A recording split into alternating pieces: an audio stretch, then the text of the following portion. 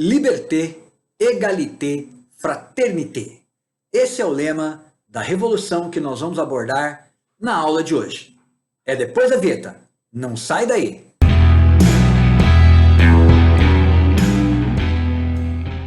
Fala moçada, eu sou o professor Daniel e você está no canal Tô Vendo Tudo. Se você ainda não é inscrito no canal, tá esperando o quê? Se inscreve, ativa os sininhos para você receber as notificações sempre que eu postar alguma novidade por aqui. E aproveita e também deixa seu like. Se você ficou com alguma dúvida, tiver alguma pergunta ou quiser sugerir algum assunto para eu abordar no próximo vídeo, deixa aqui embaixo nos comentários que eu prometo que logo eu respondo para você.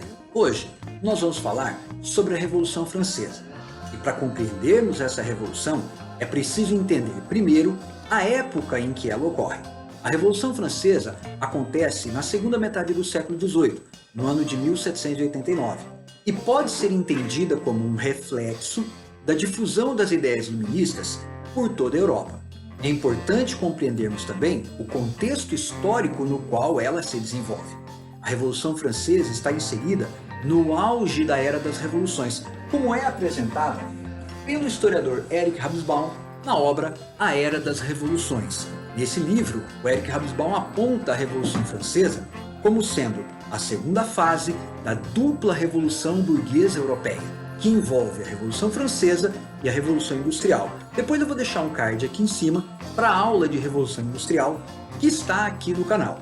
É importante entendermos também que a Revolução Francesa marca o período da maior consolidação da burguesia como classe política na Europa e determina a crise final do antigo regime europeu. A sociedade francesa estava dividida de forma estamental, assim como era a divisão social da Europa ao longo de toda a Idade Média.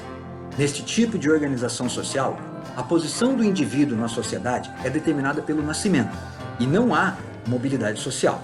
Na França, a divisão obedecia à seguinte ordem. O primeiro estado era representado pelo clero, dividido em alto e baixo clero, e representava 0,5% da população da França. O segundo estado era representado pela nobreza, e também estava dividido, só que agora em nobreza de sangue e nobreza de toga.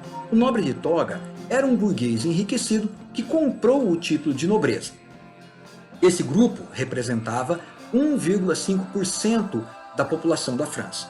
Tanto o primeiro estado quanto o segundo estado eram isentos do pagamento de impostos. O terceiro estado, que correspondia ao conjunto quase completo da população da França, já que representava 98% dessa população, também tinha uma divisão interna. E esta divisão obedecia à seguinte ordem: camponeses, que compunham a maior parte deste grupo, os sans-culottes, que representavam os trabalhadores urbanos, e a burguesia, que por sua vez também estava dividida em alta, média e baixa burguesia. Esse grupo era responsável por todo o pagamento dos impostos na França, enquanto o primeiro e segundo estados viviam no luxo, na ostentação e isentos do pagamento de impostos. O século XVIII na França é um século bastante conturbado, marcado por uma enorme crise agrária por causa de secas e enchentes bastante prolongadas ao longo do século, o que vai arruinar a economia do país. A França também gastava muito com o envolvimento do país em guerras que eles não precisavam combater, como é o caso, por exemplo, da Guerra dos 7 Anos, que acontece na América, entre colonos ingleses e colonos franceses da América.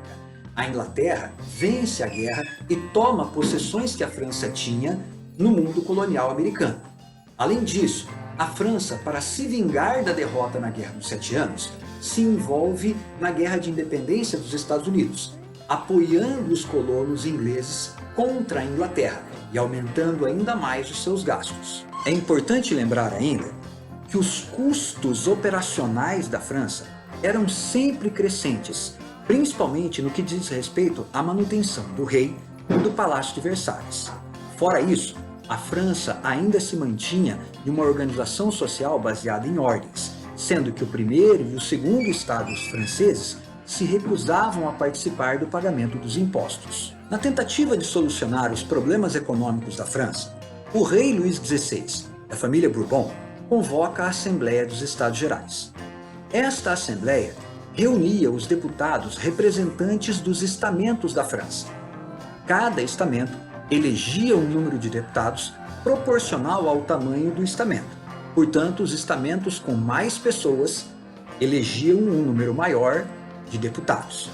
A última vez que uma assembleia como essa havia sido convocada na França tinha sido no ano de 1614, portanto, no início do século XVII. Para essa assembleia, convocada para o dia 14 de julho de 1789, o rei Luís XVI apresentou uma proposta de reorganização socioeconômica da França, que traria a novidade de uma tributação igualitária para os estamentos. A aristocracia, vendo que seus privilégios estavam ameaçados, resiste à ideia do rei de uma tributação igualitária entre os estamentos.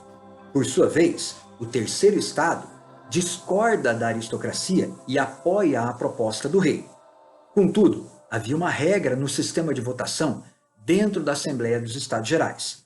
Cada estamento tinha direito a um voto, independentemente do tamanho do estamento, o que, obviamente, prejudicava o terceiro estado, já que clero e nobres votariam contra a proposta do rei.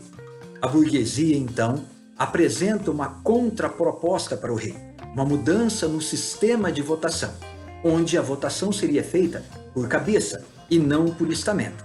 O rei Luís XVI se recusa a mudar o sistema de votação dentro da Assembleia dos Estados Gerais e determina o fechamento da Assembleia. A burguesia se revolta, se declara em Assembleia Nacional Constituinte. O rei manda então que seja desocupada a Sala da Pela, salão no Palácio de Versalhes, onde a reunião dos Estados Gerais estava ocorrendo. Os representantes do terceiro estado se retiram do Palácio de Versalhes e invadem a prisão da Bastilha, símbolo da autoridade absolutista do rei da França. No entanto, a Bastilha não era apenas uma prisão, era também um depósito de armas. A população que estava revoltada, agora está revoltada e armada. Atrás da Bastilha havia um outro prédio, o Arsenal dos Inválidos, onde se armazenava toda a munição do exército da França. Agora, a população estava revoltada, armada e com munição. Ocorre uma onda de violência em Paris que se espalha por todo o território da França, gerando um caos no país. Na tentativa de conter a onda de violência que tomou conta do país, o rei Luís XVI convoca uma Assembleia Nacional Constituinte. Durante este processo, vão se formar vários grupos políticos dentro da França. Dentre eles, merece destaque o grupo dos girondinos, que representavam a alta burguesia da França e tinham uma tendência reformista, porém moderada.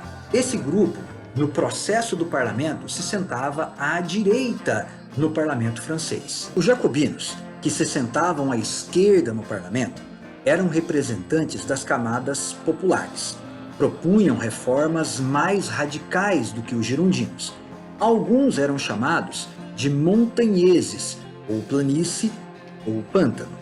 A posição de jacobinos e girondinos no parlamento francês durante a elaboração da Assembleia Nacional Constituinte é o que vai determinar o conceito moderno de esquerda e direita na política.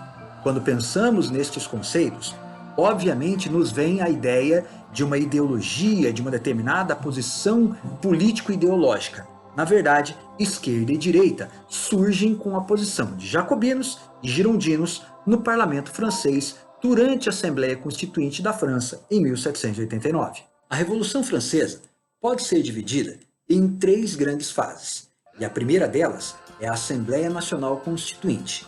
Nessa fase, a França vai abolir os privilégios feudais, porém vai manter o direito à propriedade privada. Vai se estabelecer ainda a Declaração dos Direitos do Homem e do Cidadão, que posteriormente vai acabar se tornando a base para a elaboração da Declaração Universal dos Direitos do Homem e do Cidadão.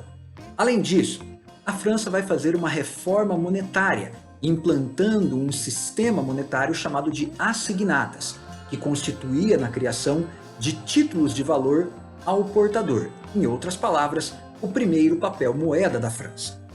Além disso, Os franceses, durante a Assembleia Nacional Constituinte, vão estabelecer ainda o confisco dos bens da Igreja e a criação da Constituição Civil do Clero no ano de 1790.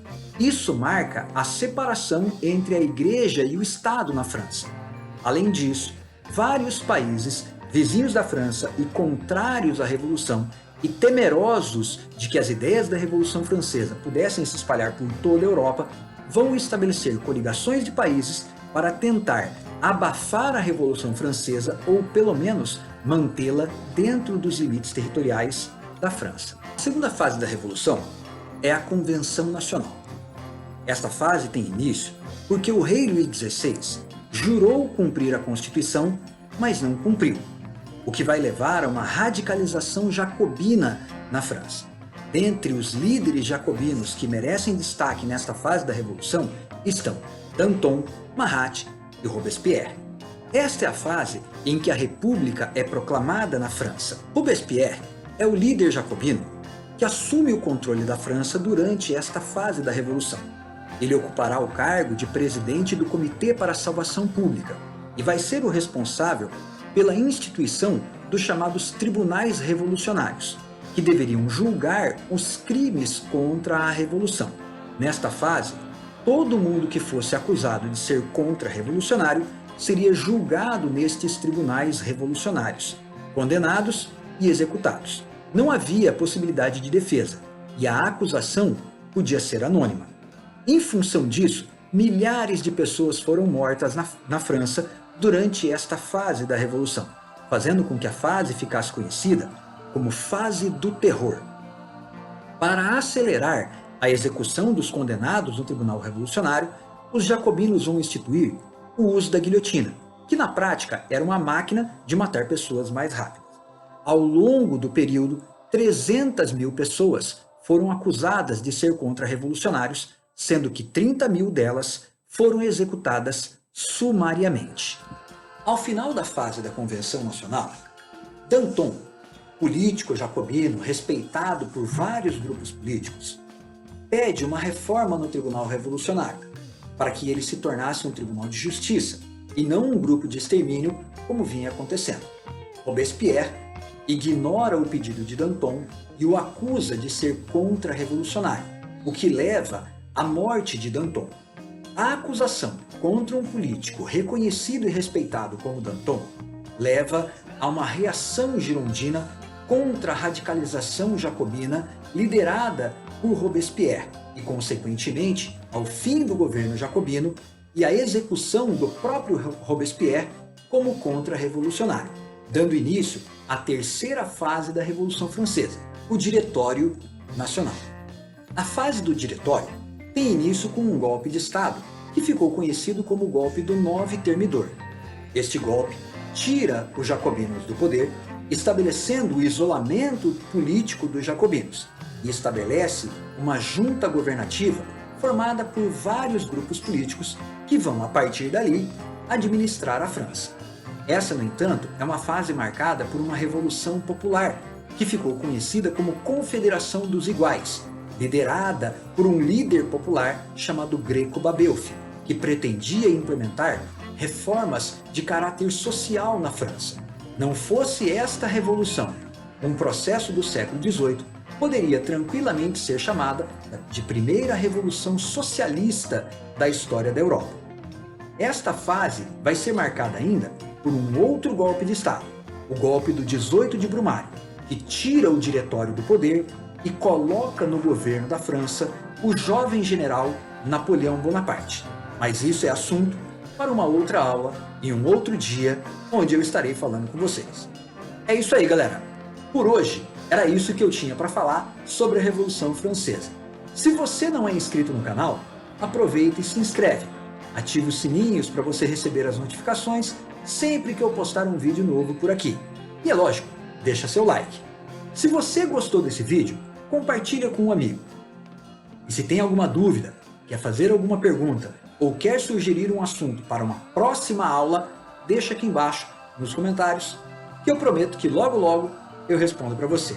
Eu sou o professor Daniel, você está no canal Tô Vendo Tudo e eu vejo você no próximo vídeo. Tchau!